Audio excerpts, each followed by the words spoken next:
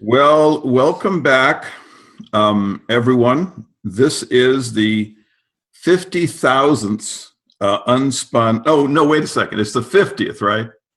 50th, yes, sir. Sorry. I got the zeros misplaced. But this is the 50th show, which is quite remarkable. And we want to thank the CCN network and all of the professionals that put it on. Everyone should support this network because obviously recent events have shown how important it is for the citizens to have their own way of getting facts. The people who have created the expression fake news obviously did so because their little monopoly on mind control was collapsing. And so they needed to try to steer the sheep back into the. Well, it's like conspiracy theory, right, Joe? And they created that. That wasn't working out. We're going to cover a wide range of topics today. You know, the last, I guess, 3 shows we've done Pizzagate, so the issues are piling up. There's so many things to try to communicate. One thing that's very dear to my heart is food. And of course, this is one of the areas that we're being attacked. The chemical foods are obviously making us more stupid and sicker. And this, in my opinion, is not by accident. I think if you look at Brave New World, you'll see that this is a template. It's not a warning. Huxley was friends with the Rothschilds and every oligarch you can imagine. This was something that was written basically just to document the program, which is what they like to do, assuming that we're too stupid to understand their symbolism. But anyway, the racially distinct caste system is basically, in my opinion, being brought about by all of the damage that is being done to our bodies. So one of the ways that this all is hurting us is that there are a lot of hidden taxes that they put into different products in order basically to make it more difficult for them to get to us. And so the first thing we wanted to talk about was the hidden taxes, and not just in food, but in many different areas. Jan has done some really good research into this area. And Jan, I was hoping you would share some of that with us.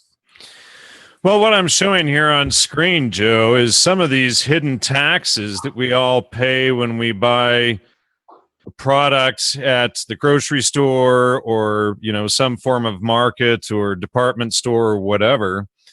These are all different taxes that we all have to pay. And there are actually dozens of them, probably hundreds. I, spent several hours today just trying to document the biggest ones, but it's really hard to, find, just even to really get a grasp on how many of these there are. And, so what people need to understand, though, is that each of these logos that you see on food, and here's the Rainforest Alliance, and all of these are actually taxes, and they hurt small businesses more than anything.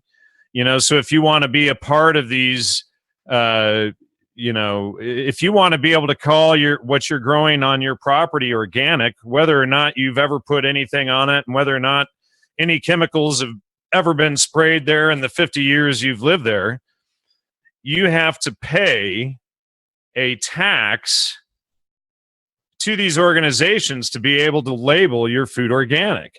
And then that increases the price to the customer. And so what we're seeing, though, is an issue here that's gone completely rampant, where it's now any little thing that they can dream up, they create a certification for it, and then you're charged a tax for it whenever you buy those products. So, if you want halal meat, there's a label for that. There's a tax. and they pay these people. These people have to pay these halal organizations to get that. The same with the kosher organizations. If you want one of the kosher labels, and there's about 40 or 50 different ones in the U.S. alone. If you want one of those, you have to pay a tax, and you have to go through all of this stuff to get their label.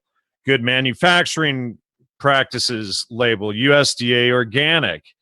And these are just some of these that I kind of wanted to cover today. Certified organic OCIA, which is kind of a funny name, OCIA. Canada organic or Australia organic. I'm sure England and Europe have their own. CCOF organic. Certified sustainable seafood. Fair trade certified. Food Alliance. Non-GMO project verified. Certified real milk cheese. Dairy free. Certified gluten free. And just, for the certified gluten free, if a manufacturer of a product wants their label as gluten free, they have to pay $500. So automatically that increases. So if you're a small company starting out, you might not have $500. And then they have other fees that, you have a third party company come out and test your facility, and you have to pay the lab for, checking for any, dust particulate of wheat or something like that in your business or in your kitchen. And then there's certified vegan verified. U.S. Department of Commerce, Dolphin Safe. Leaping Bunny, which is a no animal testing one. Allergen control compliant. Certified humane. And, I've seen some products that have up to 6 or 8, maybe 9 of these different labels on them. And each one of these adds up. When you go to the store and you buy a grass-fed steak, from grass-fed beef, and you're wondering why the price suddenly doubled, this year, this is one of the ways that they're doing it.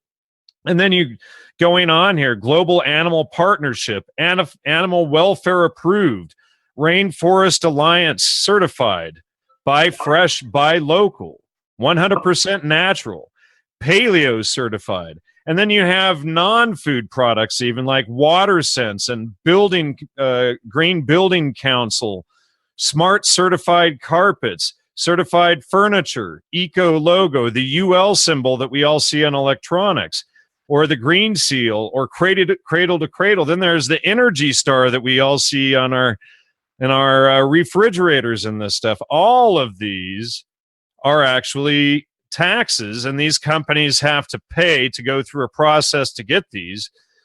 And so we can argue that this regulation is a good thing, but the real issue with these things is that it comes down to this. It's really simple.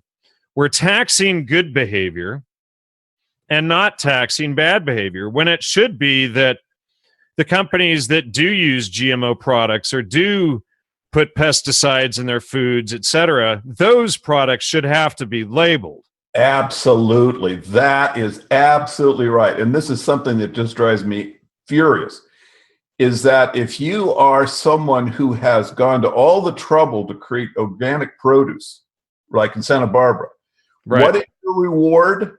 Your reward is an enormous tax that you have to pay to the certification system in the state of California.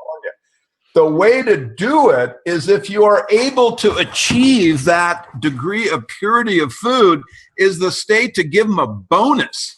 They should be given a bonus. The first thing that you should do is say, this is great. This food is really healthy. It's going to make people strong and well. And you know what, Mr. Farmer, we just gave you $2,500 because of what you've achieved.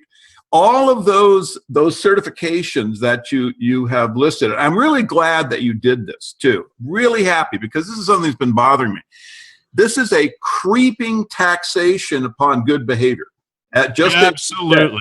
And it's crushing small businesses. Crushing small. And well, look, I'll give you an example. my wife and I go to all of the organic farmers in our community. There's 78 approximately organic farmers near where we live. Okay, very strong organic farm growing community here. About half of them are in danger of losing their certification because they just can't afford it. Organic farming is very, very difficult because you don't have the advantages of killing everything using herbicides and insecticides, right? So you basically know you're going to lose half your crop. It's a labor of love. And when you put these hidden taxes on top of all of the business risks that they are taking already with the way that they're trying to farm, it is just too much. And so I'm glad that someone, and this is you, Jan, the indefatigable researcher, Jan Irvin, as I sometimes refer to him in interviews, meaning he's got a lot of energy. Well, Joe, this is just an issue that's been pissing me off, and I wanted to do a show on this. But let me finish my thought. I was going to say that no one has ever created the list. When you actually go do all the work and create that enormous list of all these different categories that they now are able to fleece money out of individuals trying to create healthy products, you can see how malevolent it is. It's not until you get the entire cluster laid out like you did that you can really see that we are taxing good behavior. We are punishing good behavior, whereas if you are just Mr. Guy with your glyphosate and your Roundup, your insecticides and hormones and every imaginable poison being put in your animals and in your food. You don't have to label it at all. You don't have to label it at all. You just say, come on in, bring the food on in. We'll just start eating, can't wait. And here's the thing is these companies, and I've gone through, and some of them are multi-million-dollar companies that are doing this, running these certifications.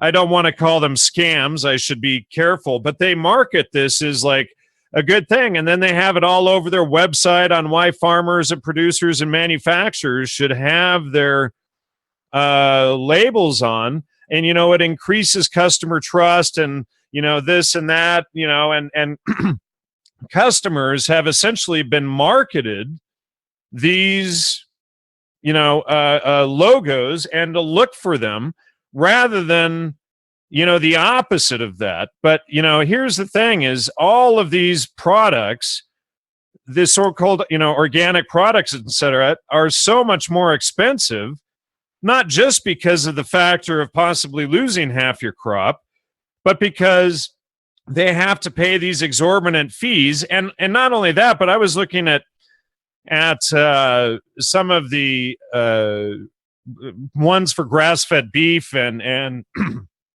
and animals, and they would have to have somebody on the kill floor for a day, so it would cost them $800 to do it. That's the price of typically of one steer, so they're having to pay that to have somebody stand there and say that this whole thing is approved and to check and make sure that it's done under their certification standards. So you have these, I forget which one it was now. It was, Certified Humane, I think was the one who was, it was. And so they're, to have the HFAC fee for conducting inspections of a production manufacturing operation, pooled product operator, processor, or slaughter facility is $800 per day facility inspector. Yeah. And you see, so the way that the laws should be structured is exactly the opposite. What there should be is that the public should just assume that every single bit of food that comes into the grocery store that they can legally buy is organic. And everything else has to be labeled. Everything else has to be verified and explained, and the side effects and all the other stuff has to be presented. There shouldn't be a need for any kind of certification of organic, because that is... Well, it comes from the earth that way, Joe. Exactly. See, they are taxing people to sell food the way it naturally comes from the earth, unadulterated. Exactly. And so that's why. And so this is the scam. They are taxing nature. They are taxing good behavior. All of this stuff is a massive scam, and they're taxing the natural world, right. Rather than taxing the farmers that use Roundup and forcing them to say, Roundup included on the label, carcinogen, possible risks, cancer, if it read like the growth hormones, steroids, antibiotics. I mean, there should be like a list of potential side effects on every single package of beef, just in the same way that is not organic, just in the same way as there are side effect lists on drugs. Yeah, right? This has hormones. This was not. This is the side effect from that. Grain fed. Yeah, I mean, if your first 3 children are autistic, we suggest that you suspend use of this particular product. So things like that should be presented to the public, because when you look at the rates of autism, we're going to do a show on this in a little bit, but I've been doing research into it, and it's just absolutely catastrophic. Well, I know an expert on that. I know an expert in that. So, and you see, the thing is, it isn't just those that are designated autistic. Autism is simply a portion of the bell curve of human intelligence that our children represent. When you have a new category, and that's really what autism is in these numbers, what has happened is the entire bell curve is shifting to the bad side. This is the brave new world. These are the deltas and epsilons being created deliberately, because they absolutely know the effects that these chemicals have on human beings. The idea that they don't is just, it is not even possible. So the thing is that, particularly parents and pregnant women, you just have to do the research. You can't trust the world. Well, Joe, speaking of parents and young couples, just think of how all of these taxes, these hidden taxes, these so-called certifications that are marketed as these great things. Imagine how all of this affects young families trying to buy the best, healthiest food for their children. Sure. And so then, they're forced to buy lower quality foods often because it's going to cost a lot more. If I remember once about 9 or 10 years ago, I went into, one of those whole something or other grocers. Sure. And I just bought all of the normal groceries that I usually bought the same at Trader Joe's or one of the other places. And my bill was over $400 more than usual. Ouch. Yeah. Well, that there it is. And so it is very, very difficult. In New York City, they have co-ops that basically are designed to help people work through the financial labyrinth. I don't have the information in front of me, but I know there are a couple of good ones. I have friends that are in the area that use them. And so there are ways to get reasonably priced organic food, but you have to really use your head. You have to go out of your way. It's not going to just show up on the counter in the local grocery store. You really have to plan. But this is where we're at. Let me just read you something here, Joe, because this is off the USDA.gov website for their USDA organic certification.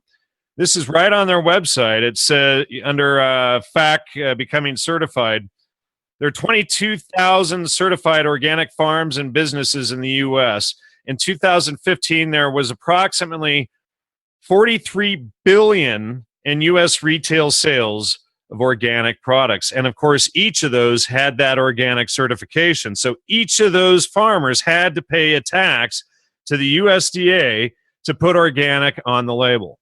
There's a kind of rebellion taking place here in Santa Barbara. What's happening is that the organic farmers basically sell at a series of farmers markets. We have 6 a week in the area. 6 farmers markets a week, goes year round. So that just shows you how healthy the production of organic food and healthy food is in this area. But so what's happened is small organic farmers simply cannot afford to pay the certification. It's very expensive in California. I don't have the data, but I know it's and I think California even has their own certifications on top of these. On top of exactly. So what's happened is the farmers have these open houses where people can come and look at their techniques and see that they're completely organic. And in many cases, these are people that we've known for years and years and years and can trust. Well, they don't have the organic certification. They say, look, I'm just not going to waste the money. I have to pass that along to you, and I can't afford it anyway. Here are my farming practices. This is the food. You can come up and see the farm in action if you want to get more details. These are my prices. I don't have the organic certification, and more of the farmers are doing that because more and more of the public are recognizing that it is up to us to create our certification of knowledge and trust. Right. We don't need the government. The government is a collection of basically of morons and individuals who are malevolent. I mean, this is what we are dealing with. And so we need, as the citizen, to learn how to negotiate through all that. We need to organize ourselves into co-ops of information and trust, where we know one another, we know what we can expect, we know the farmers, we know the kinds of stuff that well, this is exactly what they're trying to stop, Joe. That's what it always was before. Exactly. If you go back before the 1950s, that's 1960s, that's exactly what it was. Exactly. So that's why we've got to go back to it. One thing that I wanted to mention about all of this is that these certified organic and whatnot labels don't tell you that something like canola oil or rapeseed oil is completely a toxic product that causes heart disease, etc. And they sell it as a healthy product. They don't tell you that you shouldn't be eating wheat at all. All they do is market organic, and you think, oh, well, this is organic wheat, it's going to be healthier. But never mind, organic whole wheat is even more dangerous than the heavily processed stuff. And so these certifications don't warn you if food that you're eating, great, you're eating organic soybeans, but soy has massive amounts of estrogen, and it's labeled even by the U.S. government as a poison like 240 some times. So why would you dare eat it at all? So just because something is marked organic and certified organic doesn't mean that it's something that you should even consider putting into your body. My favorite absurdity is gluten-free. I mean, that just you should be reading all of the labels, and that only showed up in the last 5 or 6 years since Dr. William Davis exposed all of that, and then all of a sudden you saw a massive explosion in gluten-free certifications right after Davis's work came out. And I congratulate Davis on his work. He's helped tens of thousands of people. But and I had him on my show back in 2010. But the certification for it is just another hidden tax. I mean, folks, you should be going through and reading labels when you buy things at the store anyway. Right. If you can't understand the ingredients, don't freaking buy it. Yeah, I mean, my point is that, and this is anecdotal, but I have a family in-law who is gluten-free. Basically, he became allergic to wheat after a lifetime of abuse. So he's been gluten-free for 20 years, but he weighs like 500 pounds because he has sugar. And so the thing is that what my point was is not to denigrate like gluten, but are people trying to be free of gluten? That's a good thing to be free from. But it's just you can't just stop with that. You've got to go in. Yeah, I mean, you shouldn't be loading up on crappy carbos all the time anyway. Exactly. So that's the thing, is that we have so many toxins in the environment, from sugar, corn syrup, Like you say, anything that is created from soy, these are not natural foods, not in the kind of volumes that we're eating Well, them. yeah, and tofu. I used to just feel absolutely terrible when I ate tofu, and it would give me nasty heartburn and all kinds of stuff. And then, What's your diet these days, John? You want to? I mean, as long as I stick to pretty much paleo. I had Dave Asprey on, I had Sally Fallon on, et cetera, and I pretty much stick to the basic essential charts of like Dave Asprey's chart of lots of fat, lots of meat, lots of vegetables, and small amounts of fruit and little carbs. I'll eat like a yam or something like that a few times a week, or white rice, but I pretty much stay away from the other carbs and all of that crud these days. Well, when I first met you, you seemed anemic to me, and now you're as robust as a bodybuilder, for God's sakes. I mean, the diet has really done good for you.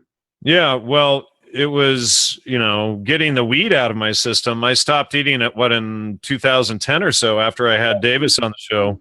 2010, I remember. Yeah, and so it took about a year from there to really start rebuilding, and I just stuck with it and eating lots of butter and fat. But that's it's lots of butter, fat, meat, eggs, all that kind of stuff. And, that really helped turning around and just staying the heck away from grains in general, except for white rice. But, so, this is just a topic that I really wanted to get into. I mean, we could even go into go into more detail on a lot of these organizations, because it's pretty astounding once you realize, how much that, people are being taxed and in every way. And, Joe, even right here on the desk, I brought over some things out of the cupboard just to show people. So this symbol right here on the bottom, this little U right above my finger there, I don't know if you can see that. That symbol is actually a kosher tax right there, and that's on a box of Ziploc bags. So you're actually getting taxed for that. Here is... I'm glad that wasn't a pedophile symbol. Now, yeah, no kidding. Now here is... this is just a simple aluminum foil, okay? No kidding. You have... Somehow they need to make foil kosher, and so right there is the little kosher logo. So, these are taxed products, these hidden taxes on them. And, when we think of kosher laws, it's like, okay, that's fine if those who are Jewish want to pay that tax, but why are they taxing the other 97, 98% of the population? So that's another issue. It's like with the organic and all these certification taxes, you're taxing the wrong people.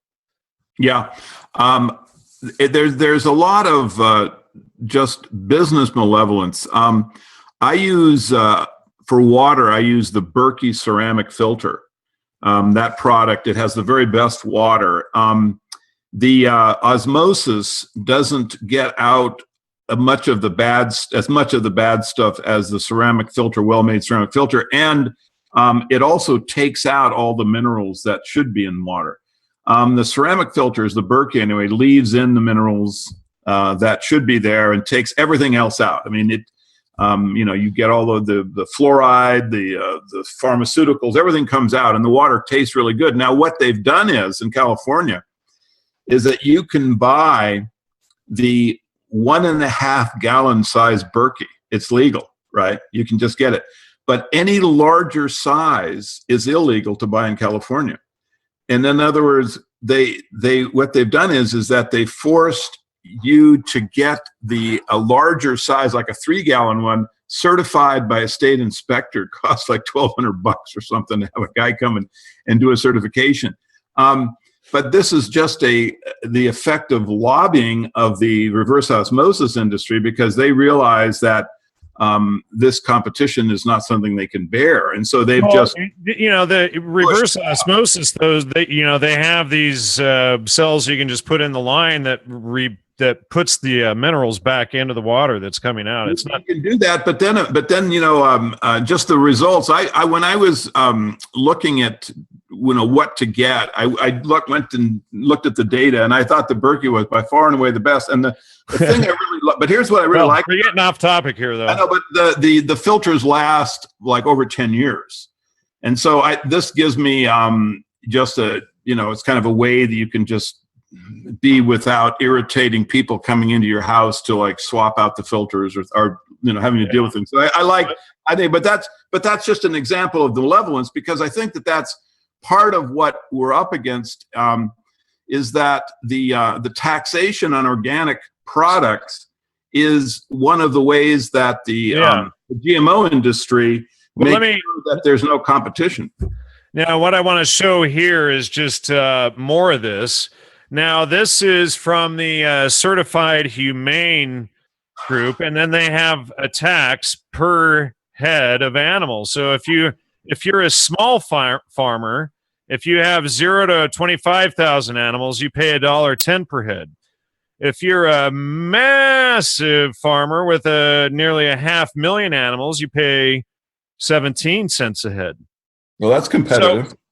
So a small farmer is going to pay almost 6 times more to get their cattle certified.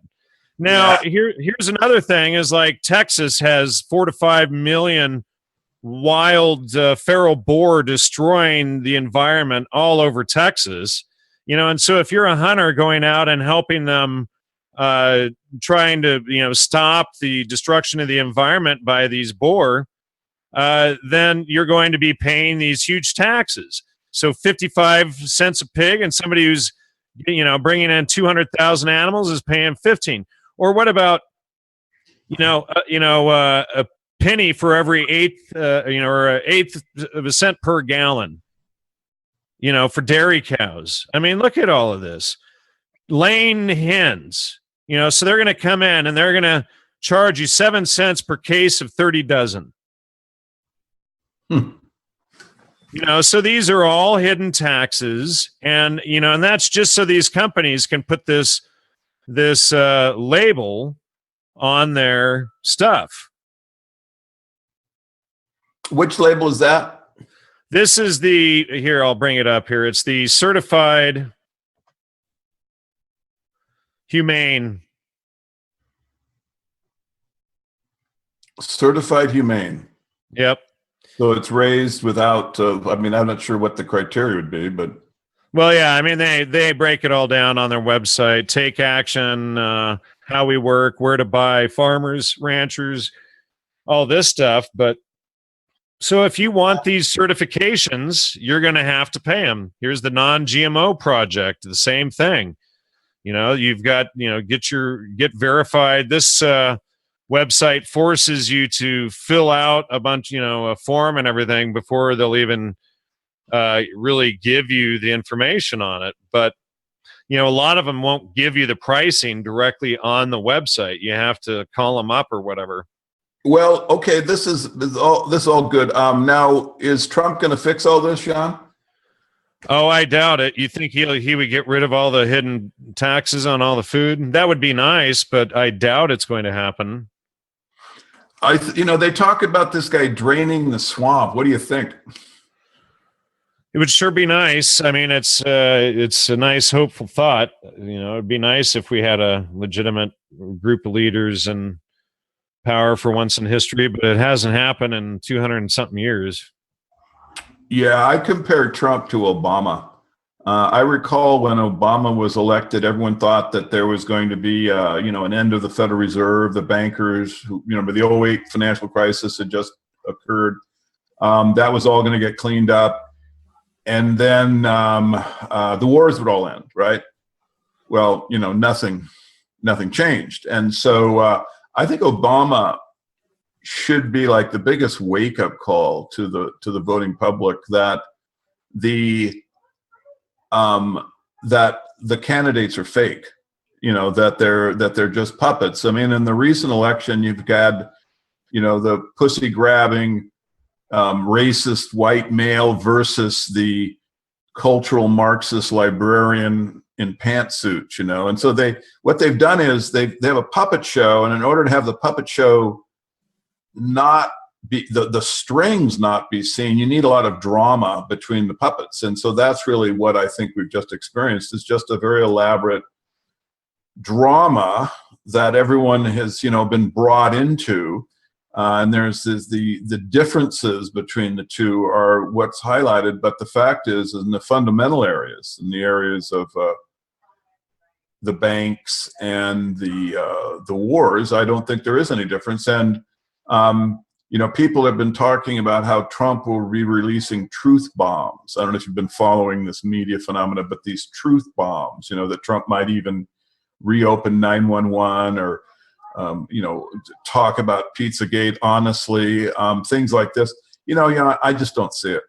I think what you're going to see is, I mean, I would love to have that happen. I would love that there could be honest discussions between our, you know, political class and the public. But I have a feeling that, you know, there'll be symbolic issues like a wall with Mexico or same-sex marriage, stuff like that will be the focus. But then the wars will just go on, the Federal Reserve will just go on, and this horrible tragedy that has been alluded to with this Pizzagate material won't even be mentioned.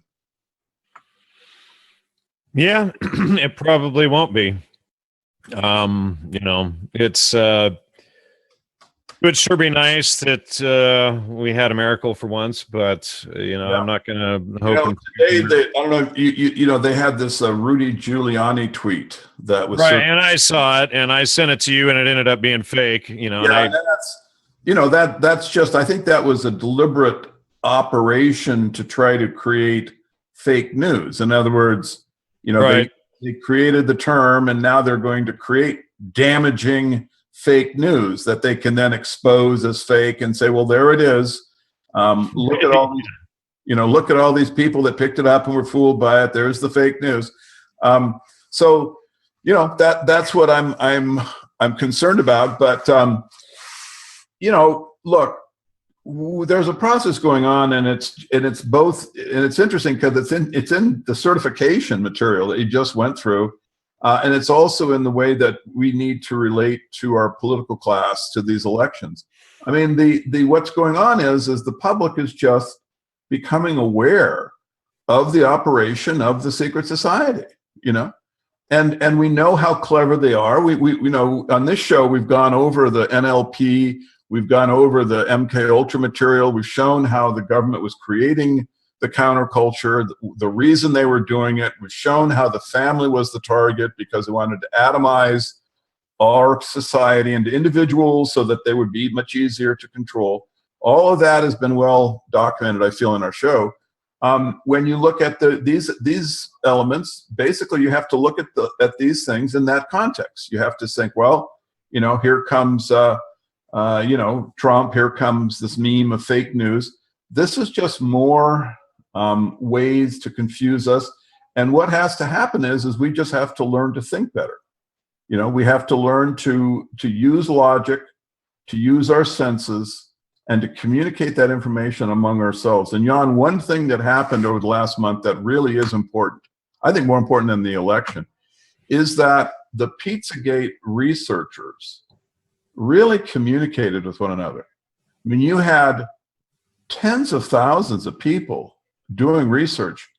They were exchanging it. Stuff that was bogus was exposed, and stuff that was real, like you know, people were digging in and finding more photographic evidence of pedophilia. I mean, all that stuff stood the test of time. And at the end, there was just this very powerful body of evidence and information that people had access to. And this is what we have to learn how to do. We have to do it over and over and over again. We need to have a group of citizen researchers with that kind of energy taking on every single issue that comes up until we have brought all the citizenry into communication with itself. Well, yeah, and then you should have a collection of all of the core data points too, hand over, but that's exactly what they don't want, you know? Yeah, exactly. Well, Gnostic media. Once you have that, you should be able to at least get some form of indictment, for a search warrant or whatever. But it's like, yeah, I mean, the thing is, they've got all of the political class tied down. I mean, people were saying, well, the FBI is going to step in. The FBI and the CIA are at war. There were different rumors, flying around. Look, they got the whole political class plugged, period. That's just all there is to it. I saw a picture of James Elefantes with the local Washington police chief, at some kind of event right outside of Common Pizza. I don't know if it was, it appeared to be right outside, and they were you could see they're very friendly. So they've got all that plugged. We can't make any progress in that area. What we can do is we can just start increasing awareness. And believe me, this may seem like it's impotent, like, what are we going, so what does that do? It'll do a lot. It will change the world if enough of it occurs, because basically this will create a different criteria for electing political people. Well, and it ends the ignorance is bliss mentality. When people are aware of things, they can act accordingly. Yeah. And I think that's why, you should be praised so much for the brain, because that's a piece of software that the public can go into and see the connections and enable them to basically very quickly do a lot of core research in different areas and then see the relationships. They can see the relationships. And there's our buddy Aldous Huxley. How shocking, right? There he was, and there he's with the one eye representation. There's a lot of people in this Pizzagate business that are following Aldous's one eye representation. Yeah. This nonsense Freemason symbol code that they use with one another. So anyway, it's we're making progress as citizens. We are making progress, and we're going to continue to make progress. I really think that, the fake news meme, it reminded me of what the guy who attacked the First Amendment, he was saying that democracy can't exist with conspiracy theories. He's some DNC muckamuck. There's so many of them. I forget his name. Anyway, there's so many of these guys. But anyway, that when I mentioned before, I said, well, this shows you that we're over the target. That when you get things like that this just proves that we're starting to have a cutting effect. And when they brought up the fake news meme, I think almost basically just as an overnight phenomenon to counter the Pizzagate information, this is makes them vulnerable. Because it is so obviously a way to try to enforce mind control. You see what I mean? In other words, instead of the subtle NLP stuff, like when they were with the counterculture and the MK Ultra material, they can just take years and years to develop it, and it's so slow, it's so hard to see. Well, here they had to come with something almost overnight. Fake news, and I don't know. I'm not sure that. They really bought themselves much time with it. They are pounding fake news right now. Just everywhere you see it. Just absolutely everywhere. In fact, a friend of mine sent me a document last week that he pulled up, and he put together, several dozens of articles saying conspiracy theory and fake news all in the same term. Now, here we can see that the CIA's actual dispatch about the creation and use of the word conspiracy theory. So this is the dispatch here. Is that where they were telling people to go out and use this expression because that would help? I love countering and discrediting the claims of the conspiracy theorists so as to inhibit the circulation of such claims in other countries. Background information is supplied, a classified section, etc. Anyway, right. That was for the Kennedy assassination. And right. The Warren Commission. Right. Right. So now that this is very clarifying, because you can see that the people that tried to cast aspersion on those pointing out a conspiracy were in fact engaged in a conspiracy. That's sure. I mean, and I've found really fascinating connections, like Gordon Wasson, the CIA's boy, is all over the JFK assassination. I know that. I mean, that's probably a whole show in itself, but I was just fascinated by that research. In fact, look at this document right here on the screen. This is from the Palm Beach Sheriff's Department, and it was found on George DeMorenshield's body after he was suicided or murdered or whatever. And right here we can see Gordon Wasson, J.P. Morgan, right there, and this was found in his pocket. And who was this guy relative to the JFK case? He was Lee Harvey Oswald's best friend, and he was working at the Russian. They were all hanging out at this Russian center. Where's Lee here? And I just put the. Geez. Well, I mean, isn't it the case that a lot of people thought that DeMorenshile was Lee Harvey Oswald's handler? Yeah, he was. So he was also Alex Siddell here. So there it is. And Alex Siddell, possibly Kerry Thornley, CIA, creates this whole Discordianism thing that Steve and I talk about in the next episode on the burners, which I will have out soon here. But here's Lee Harvey Oswald. He's an agent, and he's working with his buddy George DeMorenshield here.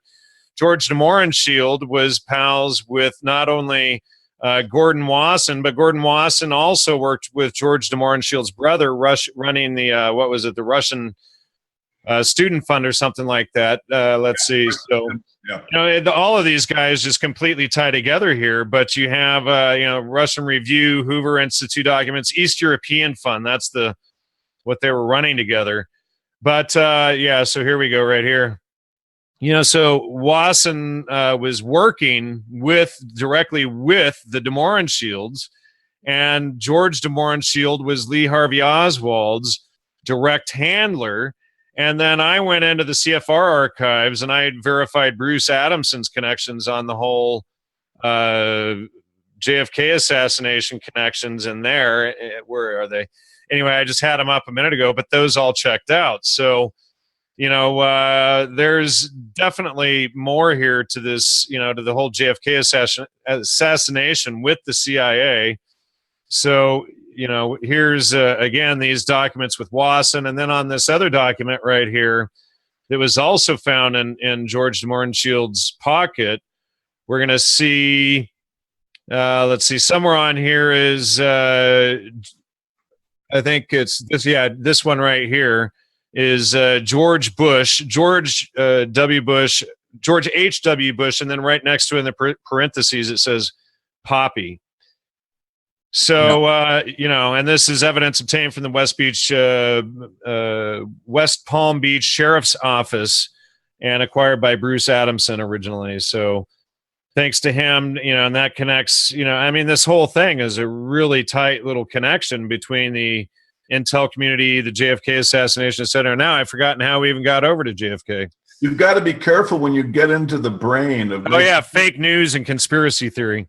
You make too many connections too quickly, because I think it activates my MK Ultra programming when you go too fast. And when I go too fast, when I just scan through all these connections I plugged in here for almost a decade, I start thinking I have to attack a dolphin or something, some kind of that you want to have sex with dolphins or something, like what's his name, John Lilly, John Lilly. Yeah. Oh, crazy stuff. It is crazy. What's crazy times. Okay, so there it is, folks. We've shown you that there's a tax. Please lobby against the punishment for good behavior. If you have a chance to communicate to politicians, do so to the effect that we want to reverse this. And when people create basically a level of quality that is noticeable, with the certification should come a bonus rather than a fee. And I think this would really promote more organic farming to exist, which would be obviously to the benefit of all of us. Well, I just think, Joe, how much more available it would be if you stop taxing the good behavior. Yeah, well, you should subsidize for it. the common people, which is exactly what they don't want. Obviously, that's why you tax the good behavior and give them the crappy food for, tax free. Yeah, I mean, that's right. It's all, to me, the idea that this is just bad policy is nonsensical. I think that it's design, because and just the fact, Joe, if we come up with an idea, I don't know what it would be, I don't know, certified grain-free, bean-free falafel, but or just anything, you make it up, they'll come out with a certification to start taxing it right away. Right, exactly. And you start going through it all, and you can see how they're just hitting every little area. And boy, if you want to be in their club, you have to get their certification. Right. So this is just the idea that we are free, and this is a land of the free, is basically a kind of a propaganda. It's a way of socializing us. It's a way of accepting tyranny. George Bush saying that the reason that the Muslims attacked us on 9/11 is because they hate us for our freedom. I mean, it's just, you have to roll your eyes, But the thing is that when you get this kind of taxation, when you get this in conjunction with, like in California now, the mandatory vaccinations. I mean, the state of California, if you want to attend public school, the religious opt-out is no longer there. You just have to accept the 66 vaccinations. I don't know the exact number, but it's huge. I mean, it's like that number, 60, something like that. So when you get that, the damage from the vaccines in conjunction with the damage from the food and the long-standing damage of the GMOs, well, the kid gets to be 13, 14, what's left of him or her? There's just been so much toxicity. So parents have to educate themselves. They have to form circles of education so that they can protect their children and to give them the best mind that they can give them, and that's just, it's that important, really. It's absolutely critical that parents form these. It's like, my children are long gone, but if I always think about, well, if I could have done it over, how would I have done it better? This is something I could have done better, for sure. I could have really spent much more time trying to understand the food and how it affects the long-standing health, So no one knew at that time. This was really before all of this stuff became widely known, but now it is, and now there are really good resource materials that people can get into to learn how to defend their children. And the defense of our children is really on my mind, Jan, these days, because the whole Pizzagate thing has just left me in with a lot of emotion, and so it's just, we're basically elements in the food chain, and the political class has camouflaged their just absolute horror toward the children of the citizenry. They camouflage their activities and how they do things, and we're never quite sure of how to respond. Well, we just have to organize ourselves, into circles of understanding and of self-protection. We just have to assume, that we are basically in the food chain from the second we get up in the morning, and we have to learn we have to be much more aggressive about defending ourselves. Yeah, and stop, just closing your eyes. I mean, just because you see going back to the other subject, just because you see a label on a package doesn't mean it's a good thing. Yeah, for sure. Absolutely. It's like, and people seek out those products. And I don't know that I've seen anybody out there even covering how they're all a big scam. Almost every website I looked at was promoting them as the greatest thing. And, environmental labels explained and food labels explained and how great they are, and look at what benefit they're doing, and then you have these PR programs on all of their websites explaining why they're such a great thing, et cetera, and why these, farmers should pay this money, and then they have to turn over and charge more to the customer. Yeah. And, it's just ridiculous. We got about 5 minutes left, Joe. What do you want to cover? Well, I just wanted to point out that I recently watched a movie called Cowspiracy, and it had some very, very interesting points. It talked about how the agricultural industry is so destructive to the environment because they have to strip clear all these areas for cattle and also for the feed for the cattle, and how inefficient that all is in terms of mass food production.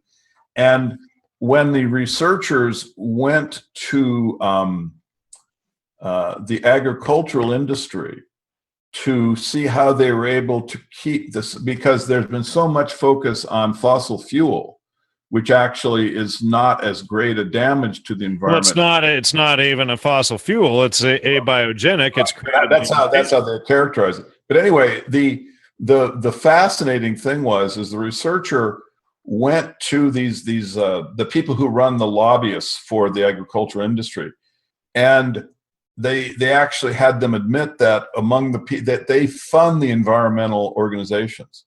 They actually fund them because they know that they're focused on this gas burning phenomena, and they don't ever mention that the agricultural industry and the way it's configured right now is really much more destructive. And so the fact that they're giving money to Greenpeace, is very, very telling. And it's just another example of how, gee whiz, Jan, the citizen you've got to be alert. You've got to wake up in the morning and have the energy to try to go out and get the data. Well, another issue though is, Joe, is the earth produces massive amounts of methane, et cetera. I mean, cow farts are not the problem.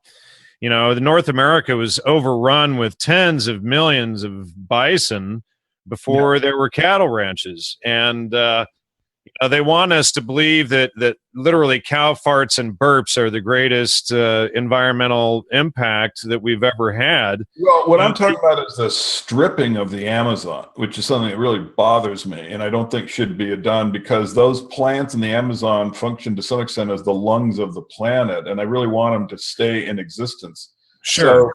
So I'm not arguing to be bad stewards. And then there's also. Hold on. Well, it just goes to show. I want to say one thing though. There's also the issue that birds follow cattle and spread manure and seed together, and that actually, in many instances, stops desertification. So, it's a double-edged sword. You have to, look at how cattle also halt. In a natural setting, the cattle are great, but the problem is when they're in sheds, what they never leave in their entire life. They're taken into these feed lots, which are basically given steroids, hormones, food, and all this poison. It's just not a natural situation, so that's the thing, is that the balance is not there. But I didn't, but anyway, we'll talk about that some other time. I think we've given enough information for people to think about. Jan, you want to tell people how they can get a hold of you? Yeah, gnosticmedia.com, GNOSTIC media.com. Please support me on the website, run on donations and direct listener support. Please also support CCN and donate to the network, and help them out. A real plug for CCN. I mean, gee whiz, they're becoming a major force to counter fake news. CNN and Fox and all those other things. Exactly. And so congratulations to Biggie and the whole crew there at CCN. They do a great job. You want to go to find my books or donate to me, go to CaesarsMessiah.com. And I want to thank a lot of people have made donations to me recently, which is kind of interesting, and I do appreciate it. And thank you so much. I could really use some Christmas cheer on my end. It's been a slow month, so I can use all the donations I can get. Well earned too, Jan. So anyway, I'll see you next week. All right. See you all next week. All right, take buddy. care. Bye-bye. Until then, take care. Merry Christmas, Joe. If we want to change the world, we must first change the media. Mainstream media exists for the purposes of indoctrination and manipulation of public perception. The world of free and independent media is growing, and with the upsurge in information now available in the public domain, it has never been easier to access free and independent media. The exploration of this information resulted in an experimental project which would provide a fully supported space for researchers, whistleblowers, and seekers of all kinds to express themselves and educate the world. On the 1st of January 2015, Conscious Consumer Network was launched to the world. Nobody thought we would make it this far, but CCN is the longest running free and independent media network of its kind. CCN is a unique collaboration of hearts and souls, bringing you information from different perspectives to educate and inform. Since we started CCN, we have had only one desire: the pursuit of a free, fair, just, sustainable world, and this has not changed. Having overcome many challenges over the last 2 years, CCN is here to stay, and we've got great things lined up for 2017. Help keep CCN on the air by supporting the 2017 Network Support Fund.